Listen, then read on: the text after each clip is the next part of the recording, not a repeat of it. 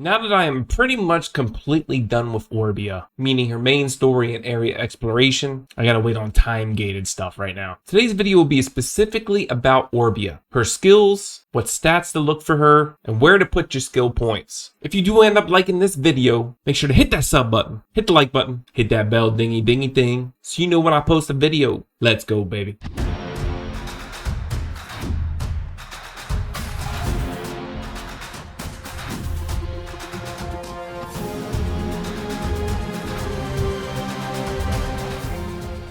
Just another sexy bald guy. It's a coffee cup from Disney, guys. I'm not that conceited. You know, Gru from the Minions. Tip of the day. When you're ready to switch over to your summoner, you don't have to exit the game. Just go to the main menu and go to the double arrows at the bottom. You'll be able to change the summoner. Hi, Orbia. When you get to the screen, just back out the top left and it goes to all your summoners. Another tip about summoners. When you're ready to work on the other one, just know that the main story and area exploration are reset. Your book doesn't reset, so you still have all these challenges already done. Your collection book and creature book and all the same. Your entries are shared, so you can't do like 6 Path of Adventures on one summoner and go to the next summoner and do 6. Know that you can get extra experience for your summoner by doing the smaller raids for XP. Also know that you can share gear in between summoners by going to any town and going to Storage Guard. 3-star gear is capped at level 26, 4-star 36, 5-star 46. All the rest of your equipment and materials are shared. It's just gear that you have to transfer over through the Storage Guard. Obviously, with other summoners' playthroughs of their main story and area exploration, it's going to be a lot quicker and faster because you got these max level monsters on your side. Alright, on to Orbia. She is great. Just the perfect summoner. I'm going to go over skills really briefly and quickly because it's already in the game. Fire is your damage over time build. If you're manually using it, you want to use the second skill, then the first skill, and then the third skill. That will give you the max amount of damage and damage over time potential. Her water staff mainly does crowd control. The rotation for this is the first skill, third skill, and then the second skill. That'll give you max amount of damage and crowd control. If the enemies are frozen, she gets more damage out of it. Wind is one of my favorite ones. A lot of debuffs here, but a lot of damage potential. The rotation for wind is second skill, third skill, and then the first skill. Light staff is for stripping buffs and preventing buffs as well. If you're at the max crit rate cap, then the skill rotation is second skill, third skill, and then the first skill. If you're not at the summoner crit cap, and what I mean by that is 90%, then you just want to go first skill, second skill, third skill. The first skill gives you a crit rate buff. The second skill strips buffs. The third skill does more damage when there's no beneficial effects on the enemy. Now my favorite by far probably is Dark Staff. Has poison, has heal block, has resistance down, also applies accuracy up to herself, and has a life drain. So her sustain is there. If you have the accuracy stats, skill rotation should be second skill, third skill, and then the first skill. If you need an accuracy buff, then go first skill, second skill, third skill. Now let's talk about stats briefly because stats are important. What stats to focus on? Definitely need to focus on what stats to put on her. This is mainly for PvE. PvP on Orbia is a completely different story. In my opinion, I feel like you need like 100% evasion, high accuracy, max crit rate, high crit damage. But evasion and resistance in PvP for Orbia is huge. So it's like a whole different gear set. Stop it, Josie. But mainly you want to look for gear that has crit rate, crit damage, and accuracy on it.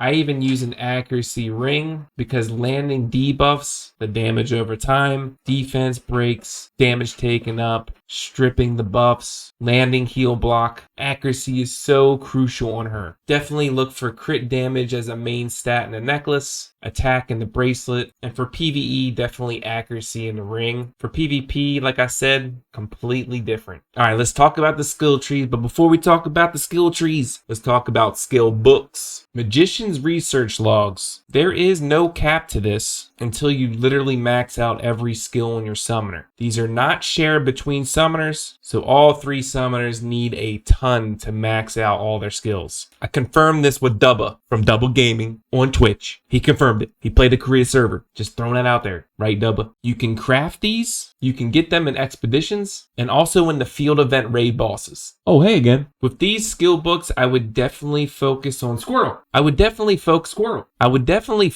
on one summoner. The one summoner that you know you're going to be using the most and what you base your monster team comp off of. All right, now for skills. I'm going to talk about the build that I use and then some alterations of that, because mainly Orbia's builds are highly dependent on your team comp. I'll go down each separate one. Attribute research. You only want to use these if A, you have unlimited gold, so you can switch back and forth. B, if you're going for a speed clear and you're going to be farming one thing for a long time and you already know what element it is. Or 3, you're trying to get that time record. You're trying to rank number 1 for that title. Save these for last, or if you're in one of those situations. Orbia's passives. There's 4 passives you definitely want to skill up first. Element amplification. 10% more damage, and you have a small chance to increase your mana by 1. Final showdown. 10% more damage on bosses. Forestall. 20% crit damage up if you have over 70% health. And last but not least, shield crush. It's a small chance, but every time you crit, you apply a defense break. Now, if you're max crit and you're auto attacking and doing skills, you do apply this pretty often. Now, as you can see, I did put 1 point in every single other of these skills, and I'm just gonna leave them there. And obviously we'll max them eventually, but just by putting 1 skill point in there, you get a 10% buff of accuracy. If your health goes below 50%, you get a 20% buff to your attack. Skill acceleration if your health gets really low. A shield when you get below 30%. Your monsters get that too. And this is a damage resistance up when attacked by a boss or a summoner, which is good in both PvE and PvP. So those 5 skills, just by using 5 skill points, gives me all those extra stats. I highly recommend at least putting 1 in there until you can finally max all your skills in months down the line. For your utility skills, 2 for sure max out. And that's mental discipline. This is for PvE and PvP, and concentration. Concentration gives you mana back a lot faster. For a while I didn't use this in PvE. However, this helps if your damage dealer is a soul link to get a ton of burst early. Debatably, you can put more points into consecutive evasion. When you're a manual and doing Foggy and White Castle, you can just dodge more. If you're having that issue of taking damage, that's up to you. I personally don't need it yet. All the other ones I would leave till later, because you really want to level up your active skills for your summoner next. Let's talk about the other ones really fast though, because there are situations where you can use it. If the ultimates were used on auto, then I'd think about putting maybe some points into the luck. But since it's not, the only place it autos is arena, I'm not worried about this. Change of plan, this is something for when you need to like switch monsters in between battle. If one monster dies and you want to replace one with the other. I mean, really you can just run away non-stop and just switch the summoner and just click as fast as you can. Wait till 7 mana and you're good. This just makes that a little bit easier, so it's not needed yet. Weapon proficiency, do not put anything into this yet, at least until Battlefield and Brawl Arena. In regular arena, I thought this would work and I wanted to use this. I put 1 point in it and I put the max amount of points in there too.